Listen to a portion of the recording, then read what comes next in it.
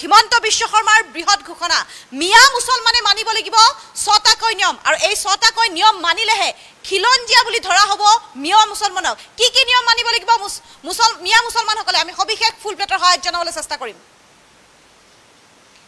মিয়া মুছলমানক 6টা নিয়ম বান্ধি দিছে মুখ্যমন্ত্ৰী হিমন্ত বিশ্ব শৰ্মাই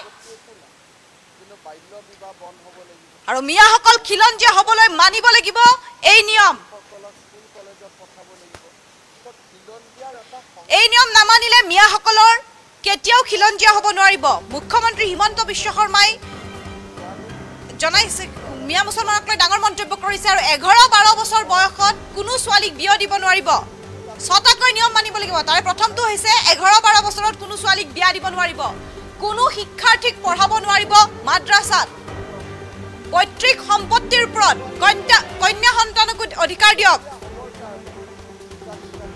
এয়া হৈছে 3 নম্বৰটো নিয়ম পমুৱা মুছলমানে খিলঞ্জীয়া হ'বলৈ হলে বন্ধ কৰিব লাগিব বহু বিবাহ খিলঞ্জীয়া হ'ব বিচাৰিলে বাল্য বিবাহ বন্ধ কৰিব লাগিব মুখ্যমন্ত্ৰী হিমন্ত বিশ্ব শৰ্মাই বান্ধি দিছে নিয়ম আৰু আমিনুল ইছলামে যদি খিলঞ্জীয়া হ'ব বিচাৰিছে অসমীয়াৰ নীতি গ্ৰহণ কৰিব লাগিব খিলঞ্জীয়াৰ সংস্কৃতি ললে মিয়াক খিলঞ্জীয়া কৰাত আপত্তি নাই আৰু এই সমূহ প্ৰথা বন্ধ কৰিলেহে হ'ব পাৰিব খিলঞ্জীয়া এয়া মুখ্যমন্ত্ৰী হিমন্ত বিশ্ব শৰ্মাৰ মন্তব্য মিয়া মুছলমানক 6টাকৈ নিয়ম বান্ধি দিছে মুখ্যমন্ত্ৰী হিমন্ত বিশ্ব শৰ্মাই কালিৰ দিনটোত আমি দেখিবলৈ পাইছিলো যে আমিনুল ইছলামে মন্তব্য কৰিছিল যে খিলঞ্জীয়া হোৱাৰ কথা কৈছিল তেওঁ কৈছিল যে বিষ্ণু প্ৰসাদ ৰাভা ঢাকাত জন্ম হৈ যদি খিলঞ্জীয়া হ'ব পাৰে তেতিয়াহ'লে অসমত জন্ম হোৱা মিয়াসকল কিয় খিলঞ্জীয়া নহয় আৰু তাৰ পাছতে এতিয়া মুখ্যমন্ত্ৰী হিমন্ত বিশ্ব শৰ্মাই মন্তব্য দিছে তেওঁ কৈছে যে মিয়া মুছলমানক 6টা নিয়ম বান্ধি দিছে মুখ্যমন্ত্ৰী হিমন্ত বিশ্ব শৰ্মাই তেওঁ কৈছে যে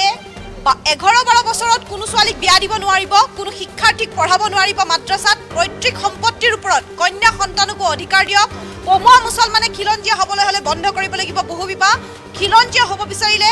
বাল্য বিবাহ বন্ধ কৰিব লাগিব আৰু আমিনুল ইছলামে যদি খিলঞ্জীয়া হ'ব বিচাৰিছে অসমীয়াৰ নীতি গ্ৰহণ কৰিব লাগিব আমি এই সন্দৰ্ভত মুখ্যমন্ত্ৰী গৰাকীৰ সেই মন্তব্যটো আপোনালোকক শুনাব বিচাৰিছো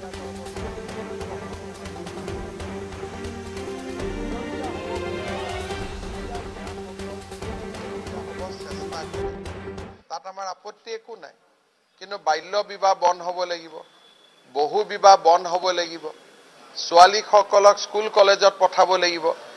খিলঞ্জীয়াৰ এটা সংস্কৃতি আছে অসমীয়া লোকৰ এটা সংস্কৃতি আছে অসমীয়া লোকে ছোৱালীক শক্তিৰ লগত তুলনা কৰে ছোৱালীক মৰম কৰে গতিকে মোৰটো জুজটো তাতেই মইতো সদায় কৈ আছো যে মুছলমান মানুহবিলাকক অসমীয়া মুছলমানখিনিক নহয় যিখিনি পমুৱা মুছলমান আছে খিলঞ্জীয়া হোৱাটো আপত্তি নাই কিন্তু খিলঞ্জীয়া হ'বৰ কাৰণে 2-3টাটো বিয়া কৰাব নোৱাৰিব সেইটোতো অসমীয়া মানুহৰ কাষ্টম নহয় যদি খিলঞ্জীয়া হ'ব খুজিছে তেতিয়াহ'লে 11-12 বছৰত ছোৱালী বিয়া দিব নালাগিব যদি খিলঞ্জীয়া হ'ব খুজিছে ল'ৰা ছোৱালীক মাদ্ৰাসাত পঢ়ুৱাতকৈ ডক্টৰ ইঞ্জিনিয়াৰ পঢ়ক গতিকে এই কথাখিনি যদি আয়ত্ত কৰি লয় তেতিয়াহ'লেতো কেতিয়াবা নহয় কেতিয়াবাতো খিলঞ্জীয়া হ'ব পাৰিবই সেইকাৰণে খিলঞ্জীয়াটো বিষ্ণু ৰাভাৰ লগত তুলনা কৰাৰ এইকাৰণে উচিত নহয় বিষ্ণু ৰাভাৰ আমাৰ সংস্কৃতিটো তেখেতে নিৰ্মাণ কৰিছিল সেইকাৰণে আমিনুল ইছলামে খিলঞ্জীয়া হ'ব খুজিছে মোৰ আপত্তি নাই কিন্তু আমাৰ নীতিখিনি গাঁৱত কওক দেউতাকৰ সম্পত্তিৰ ওপৰত ছোৱালীকো অধিকাৰ দিব এইখিনিয়েতো ডিফাৰেন্স মিয়াসকল যদি খিলঞ্জীয়া হ'ব চেষ্টা কৰে তাত আমাৰ আপত্তি একো নাই কিন্তু বাল্য বিবাহ বন্ধ হ'ব লাগিব বহু বিবাহ বন্ধ হ'ব লাগিব ছোৱালীসকলক স্কুল কলেজত পঠাব লাগিব খিলঞ্জীয়াৰ এটা সংস্কৃতি আছে অসমীয়া লোকৰ এটা সংস্কৃতি আছে অসমীয়া লোকে ছোৱালীক শক্তিৰ লগত তুলনা কৰে ছোৱালীক মৰম কৰে গতিকে মোৰটো জুজটো তাতেই মইতো সদায় কৈ আছো যে মুছলমান মানুহবিলাকক অসমীয়া মুছলমানখিনিক নহয় যিখিনি পমুৱা মুছলমান আছে খিলঞ্জীয়া হোৱাটো আপত্তি নাই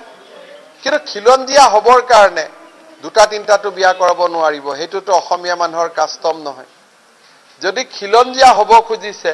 তেতিয়াহ'লে 11-12 বছৰত ছোৱালী বিয়া দিব নালাগিব যদি খিলঞ্জীয়া হ'ব খুজিছে ল'ৰা ছোৱালীক মাদ্ৰাছাত পঢ়ুৱাতকৈ ডক্টৰ ইঞ্জিনিয়াৰ পঢ়ক গতিকে এই কথাখিনি যদি আয়ত্ত কৰি লয় তেতিয়াতো কেতিয়াবা নহয় কেতিয়াবাতো খিলঞ্জীয়া হ'ব পাৰিবই সেইকাৰণে খিলঞ্জীয়াটো বিষ্ণু ৰাভাৰ লগত তুলনা কৰাৰ এইকাৰণে উচিত নহয় বিষ্ণু ৰাভাৰ আমাৰ সংস্কৃতিটো তেখেতে নিৰ্মাণ কৰিছিল সেইকাৰণে আমিনুল ইছলামে খিলঞ্জীয়া হ'ব খুজিছে মোৰ আপত্তি নাই কিন্তু আমাৰ নীতিখিনি গাঁৱত কওক দেউতাকৰ সম্পত্তিৰ ওপৰত ছোৱালীকো অধিকাৰ দিব